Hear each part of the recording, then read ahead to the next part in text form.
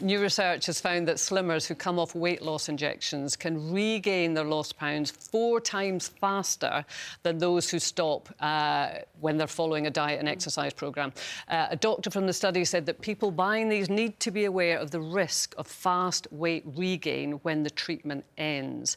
So, Denise, do you think people should be wary of weight loss jabs in the light of that study? When you say, I know you love talking about weight loss jabs, the reason the case says that is because for years I have been working with a well-known company who are a weight loss product. Yeah, but a different thing. And with that, they deal with the emotional side of eating, and you have a mentor. So I have been involved with hundreds, nay, 1,000 women over the last 12 years, mostly women, who have been dealing with the consequences of an illness. As an alcoholic, when I gave up, I started to replace alcohol with food and started to eat in that secretive way that you do as an alcoholic. Right. And I put on 2.5 stone rather than lost it like many people do.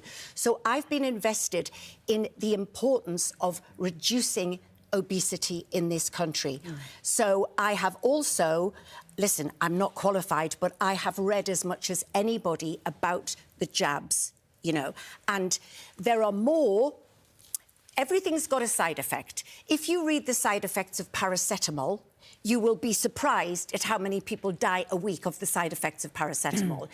And if this... Yeah, but paracetamol have long-term studies attached. I mean, you have to say that about weight. This has been used for diabetics for 30 years. Yeah, but that's a specific medical condition. I mean, this is a study that's published in the BMJ... Did you study the COVID jab when that came out? That hadn't been out very long. Well, and lots of controversy around it, isn't there? I mean, there was 9,000 people involved in this study. It's published in the BMJ. Studies, they are not going to give this drug, which is you can't say studies smuddies on the NHS. No, but you believe in that one because it's against the weight loss jab. But I think what we're missing here is the fact that anything that reduces weight, claims to be weight loss, if you stop doing it, you are always going to put on weight. Exactly. But they're saying that you regain the weight faster than you would. Yes, but you don't want to believe the surveys, Kay, because you just said that to me. But you know what? That also happens. You regain weight faster with other things. I've done the cabbage. No, but they're saying... We've all done the diet survey. You're just thin. Yeah, no, listen, we haven't been thin. I'm telling you. Right, I'm telling you. Well, they tell you what the study says. It says that you regain it 4 times faster than you do with other programs. But you don't. I didn't do the study. A second opinion on this because I'm telling Nadia, help me. All the things that I've done, for example, my weight loss journey, which is up and down and the rest of it, but when I did Strictly, which was so intense on the exercise, I'll never do exercise like that, you know, from August till December. That's why I came out early. Well, of course, and look at you, you managed to maintain you were thin that anyway. weight loss. Anyway, my whole point is that I did, from August till December, intense exercise on a level I will never be able to maintain. 12 hours a day on 3 days a week or whatever it was.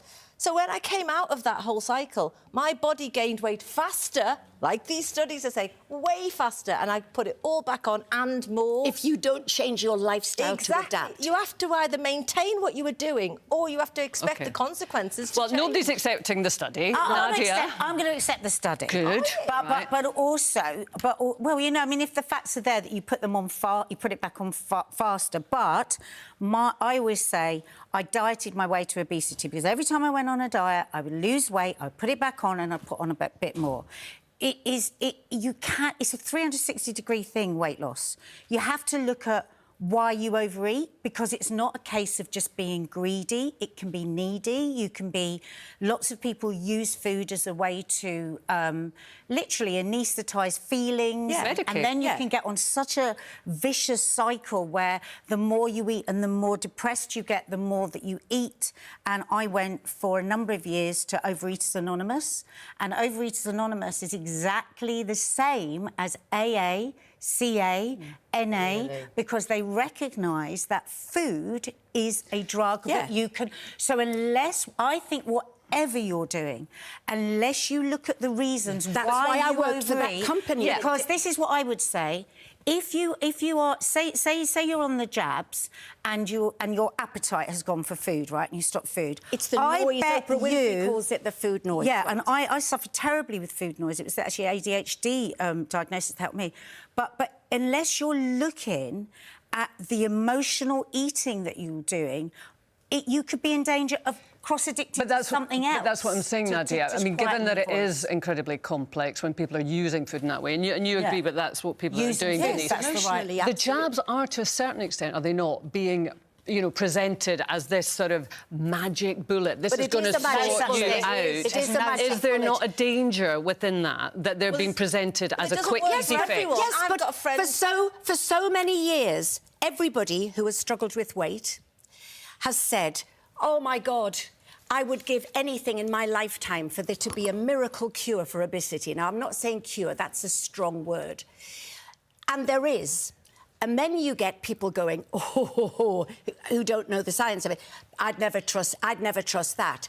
The fact that it gets rid of the food noise is what most people struggle with. So Oprah Winfrey said, it was interesting, she said, all of my life, I have looked at my naturally slim friends and thought that when I have the pudding, they are so full of willpower that they want the pudding, because they have to be as hungry as me. Yeah.